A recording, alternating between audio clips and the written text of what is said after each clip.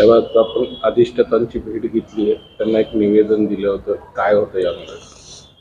आज दिनांक 20 जानेवारी 2025 रोजी प्रहार जनशक्ती कामगार संघटनेच्या वतीने शासकीय वैद्यकीय महाविद्यालय रुग्णालय या ठिकाणी जे आमरण उपोषण करण्यात आलं होतं. उपोषण करण्याचं कारण हे होतं की जे वर्ग 4चे काही मनमर्जी जमादार झालेले, ज्यांची नियुक्ती मान्य अधिष्ठाता साहेबांनी नाही केली, या सगळ्या गोष्टी आपण मान्य अधिष्ठाता साहेबांना निदर्शनास आणून दिलेले आहे.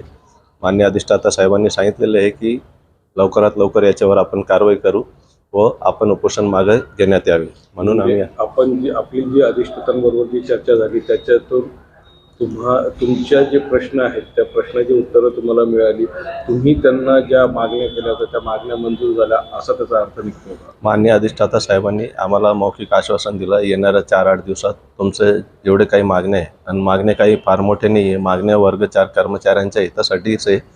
ज्या ठिकाणी काय मागण्या आहेत अशा? पहिली मागणी अशी होती की जे आपल्याकडं शासनामध्ये शासकीय वैद्यकीय महाविद्यालय रुग्णालय या ठिकाणी फक्त 2च जमादारचे पदं आहे, पण त्या ठिकाणी 7 जमादारची नियुक्ती केलेली आहे.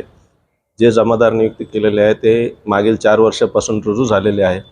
पण आमचं या ठिकाणी म्हणणं असं होतं की मागं जे 17-18 वर्ष, 20 वर्ष, 25 वर्ष अशा चतुर्श्रेणी कर्मचाऱ्यांना वर्ष झालेले काम करताना त्यांना त्या जमादार पदाची नियुक्ती देण्यात यावी.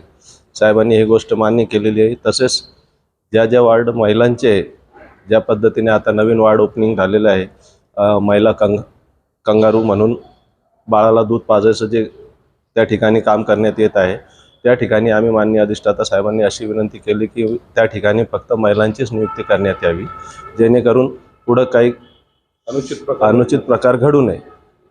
माननीय अधिष्ठाता साहेबांनी ते पण कबूल केलं की बाबा आपण 4-8 दिवसात या सगळ्या गोष्टी म्हणजे तुमच्या मागण्यांवर सकारात्मक चर्चा झाली असं म्हणायला हरकत नाही. असं बोलायला काही हरकत नाही, कारण की माननीय अधिष्ठाता साहेबांनी आम्हाला चांगल्या प्रकारे या सगळ्या गोष्टी समजून सांगितलं व योग्य त्यावेळी आपण कारवाई लवकरात लवकर करू. म्हणजे आपल्या ज्या मागण्या आहेत त्या सकारात्मक चर्चा झाल्यामुळे आपण जे आपलं उपोषण होतं ते मागे घेतात असं?